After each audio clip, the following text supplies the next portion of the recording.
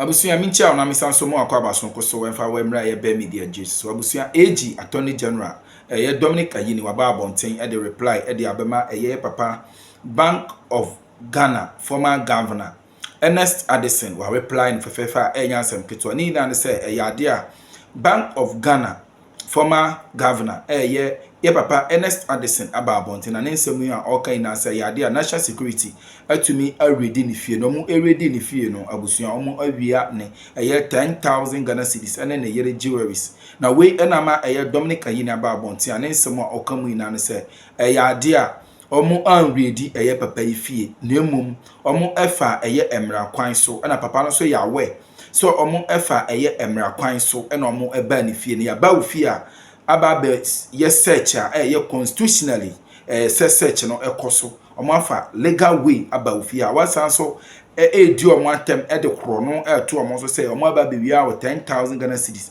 ene o yere jewelries na we na Dominic Ayini akire mu a chese oba MPP a they are unique in their own way omo bibia edamu soronko edi o say the year 2017 sa MPP nkofo we eba no so omo ba ne de etuo pa na omo de ba no so no de one friend read because ono ohun say omo adwuma na omo adwuma na omo na say nyame ayadom na so wo de mpo de ya bon amane say yebeba search ofie ye fa emra kwan so aba ofie ababo search ya ba wi a wasan so aba amote ka say read ya sa already ofie asan wi a 10,000 Ghana cedis ane we yere jewelry dia and the esa oba abonte na odi proof eba me pesa me kasa bo wan pesa e konekuti nsem Dominic Ayini e de atudwa abra e chese o ma press ewo ensem a the minority leader Alexander Afenyo Markin e de hold press conference or the atudwa ne nsem o kan na say ya de a Ernest Addison aka che ne say omo eba ni fie no omo ebe wi no 10,000 Ghana cedis ane ne yere jewelries we enama Dominic Ayini AG echra atemdidie pa edema omo abusia yanko ne nkokoti nsem no mu enchire mu ha be media Jesus say ena de ka woni etwa channel so ebe so bo mo subscribe like na bo social preference no bi etemenya bi enti yete Dominic Ayini emra sese ya on the rates, on so-called rates, you see, the MPP is a unique group of individuals.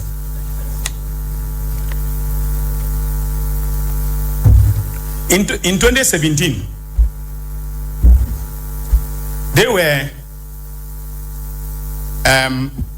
arresting, that's what they said. They were arresting former appointees. Okay? So I told you here that policemen came to my house with guns. If that is not okay. Sorry, the bail amount is 260 million, not 160. So he just DAG just came to correct me on that. It's 260 million. So they came to my house in July of 2017 with guns. I didn't call a press conference to say that this was a raid. They showed me a warrant that they were conducting investigations into a transaction in respect of which I had written a legal opinion. That is a married deal. And they came to my house, okay, with guns. Can you go back to the internet to check if I said that this was a raid on my house? So how come that a search of the governor's house based upon credible intelligence that we received, and I was the one who applied for the warrants and got them issued by the High Court for the searches to be conducted? Why is that a raid? Are some people now above the law that we cannot conduct a legally sanctioned search, constitutionally sanctioned test, a search in their houses? Maybe they are above the law. Okay, but no one is above the law in this country. We are all subject to the Constitution. And in terms of the Constitution, under Article 18, all right, there are limits to what you can do by saying that you cannot, your house should not be searched. So we obtain warrants, and if the media wants, I can make those warrants available. Okay, so there was no raid on his house, and there was nothing illegal or unconstitutional about what we did. But they are deciding to bastardize me and to bastardize the operatives of the national security by even saying that during the raid, which for me wasn't a raid, it was a constitutionally sanctioned search, they stole 10,000 Ghana cedis. All right? Now, what an insult. Okay? And that is what my Deputy Attorney General was referring to when he said that, you know, the constitutional immunity granted to MPs does not mean that they should abuse that immunity and then, you know, defame individuals or officials who are conducting normal business, normal public business. All right? And ladies and gentlemen of the media, let me tell you, we have a recording of Addison and what he said about the raid. So if Afenyo Markin, the honorable minority leader, is daring me, we'll make that recording available. So he should desist from maligning law enforcement officers and myself for the work that we are doing. He should also take cognizance of the fact that I am the leader of the bar, and I will act in the best interest of the ethics of the profession. Everyone at the bar knows me for that. So I won't do anything unethical, and I have advised both EOCO and national security about staying within the bounds of the law in conducting investigations. So he should not abuse his parliamentary immunity by libeling or defaming public officials who are conducting normal, legally sanctioned public business. Now, regarding the CCTV cameras that were taken, the cameras were actually not taken. It was the hard drive of the CCTV. And every investigator knows that the hard drive is what stores, it is the memory, it is the brain box of the CCTV camera. The camera is just a mechanism for transmitting images or getting the images. But when it obtains the images, they are then stored in the hard drive. And it was a hard drive that we took, or the national security operatives who went to his house took. That is standard. It's standard in any investigation. All right. So, for instance, if the intelligence we got was with respect to some items, of significance in his house, all right. If there was a movement of those items, the only way by which we will get to know is by reviewing the memory of the CCTV system, and that is contained in the hard drive. So that is what we took. So those who are saying that we went and took CCTV cameras, are mistaken, and they are being mischievous in whatever they are doing with that information. Now, with respect to freezing orders, we are notifying all the banks today. You see, the gentleman who asked about the freezing orders, note that because of the way this gentleman, the suspect, is very highly networked, if a letter had gone out before today to any bank, there would have been swift movement of money, and there would have been other suspects would have been alerted to the fact that we are investigating them. So yes, we obtained all the accounts. For purposes of our investigation, officially, and for purposes of prosecution, we will now obtain what we are taking to court by writing to each of the banks to give us that for our prosecution. Is there any question that I have not answered?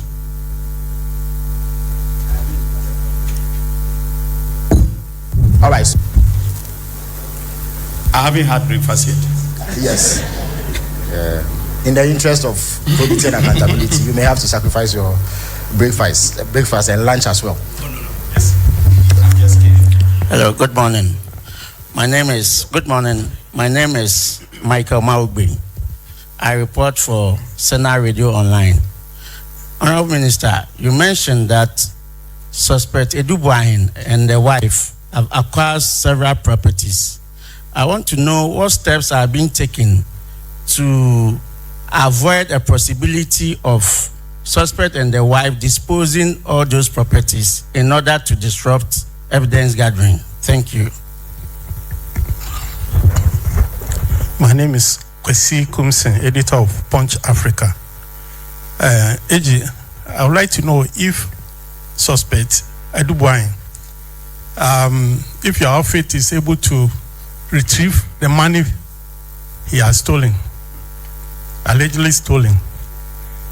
Okay. Will you still prosecute him? Okay. Or incarcerate him? All right, thank you. Thank you very much. My name is Justice Adoboy. I work for the Xinhua News Agency. Yes, there's always been this issue about,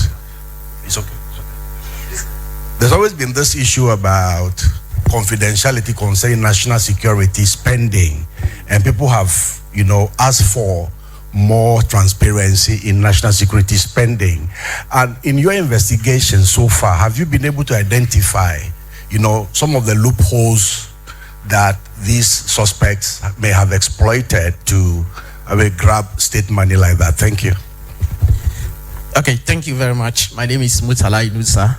I work with EIB Network, GH1TV, and Star FM. Honorable Neo, in you answering one of the questions, you did indicate that, in fact, you touched on Dr. Ernest Addison's search.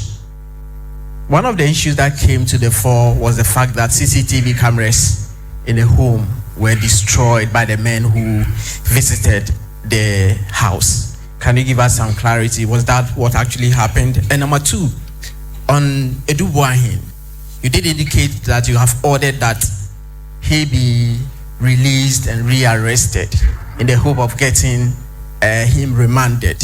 Is it certain that when he's taken to court, he'll be remanded as you want happen? Thank you. You again. Two. So just briefly on his last question with respect to the search, there have been conversations in the media about the former BOG boss having backdoor CCTV footages, which has been the subject of quite a conversation.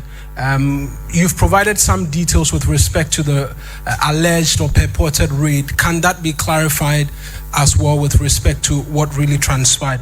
And then you mentioned the former finance minister. At the last press briefing you held, you said you were going to have a conversation with the OSP with regards that investigation. Have you had that conversation? And I don't want to say, have you given the green lights because of independence and all of that, but what did the conversation also arrive at?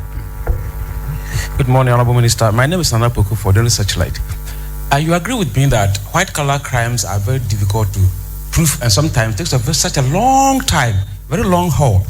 And sometimes the steam of the case people just forget about them. You are aware that some cases are still pending over 5, 6, 7 years. What is the dispatch that you are going to apply to make sure that these people will face justice and justice will be done?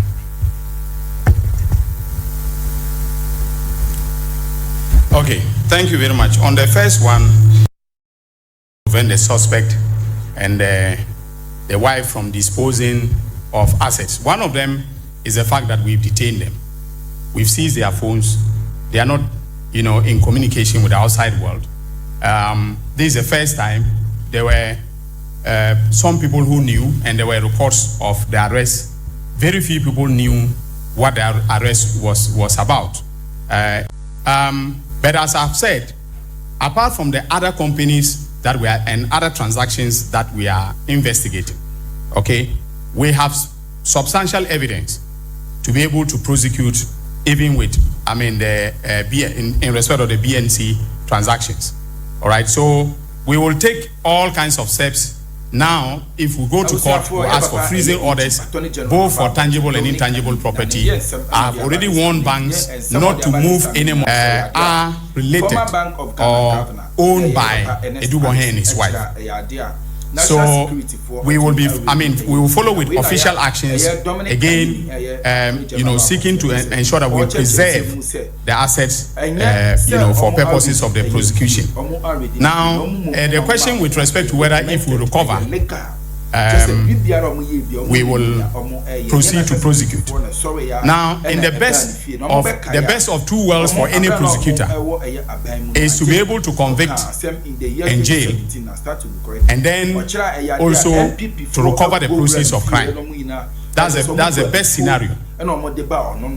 We have a plea bargaining regime in this country.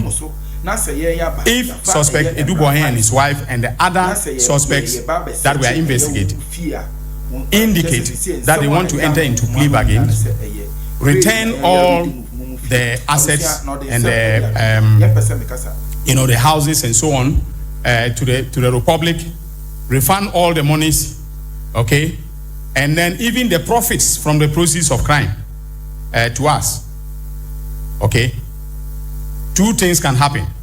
One is we get him a reduced sentence, so he stays for a shorter period in jail than would have been, because he's looking at a maximum of 25 years in jail. He was born in 1981. All right, he's about 44 years old. The wife is 34. She was born in 85 or no, 82 or thereabout. So she's 34. So you can imagine doing 34 plus 25 if they get the maximum. Okay, so she will come out at an advanced age of 59. She'll be 59 by the time she comes out of jail. All right. So if they want to cut a deal and return all the proceeds, we are willing to let them go. All right, go to jail for a reduced sentence, or for the best scenario for them is for them to walk and return all the proceeds. All right, so I'm open-minded when it comes to these issues. So if they want to do a plea bargain, they should make an offer through their lawyers. Immediately I file charges, they should make an offer through their lawyers, and I'll be willing to look at it, because that is the essence of the plea bargaining regime under the under Act 30 as amended. Now, the question of confidentiality and national security.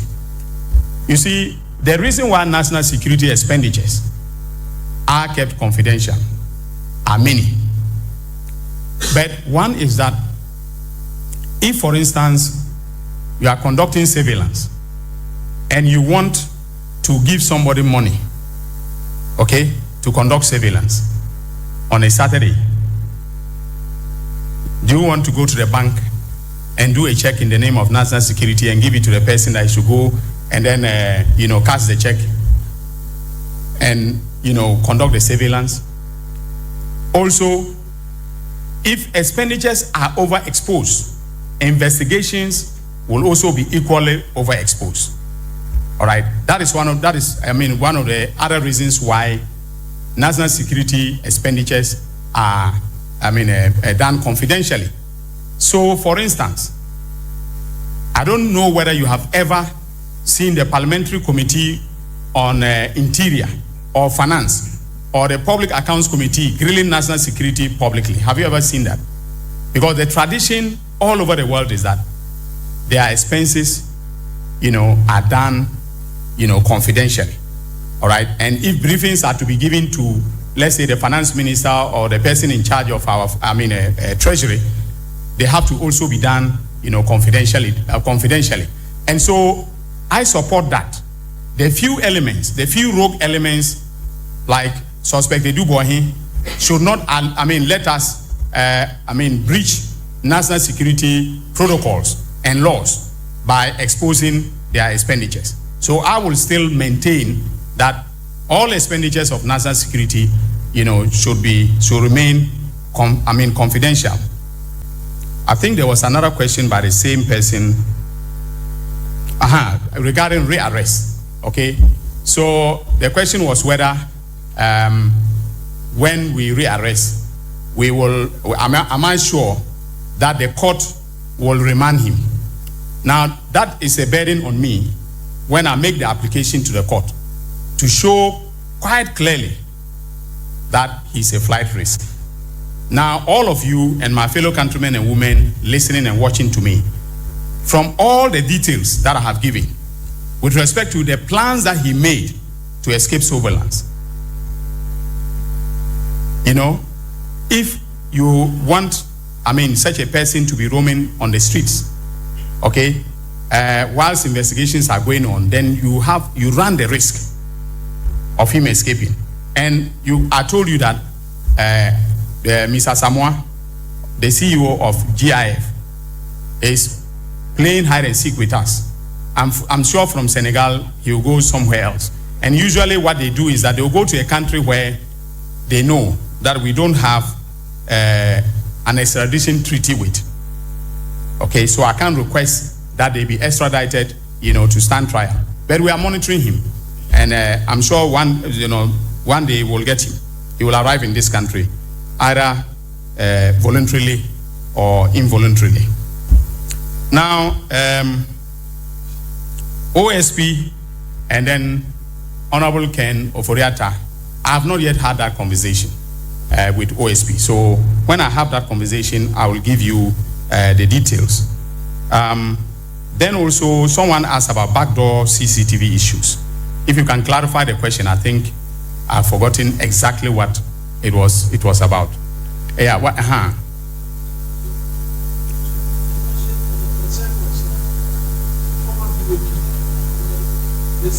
Yes. About the fact that he had a CCTV. No, that from a technical standpoint, I cannot, confirm that fact. All right. I haven't held any conversations with national security on that specific.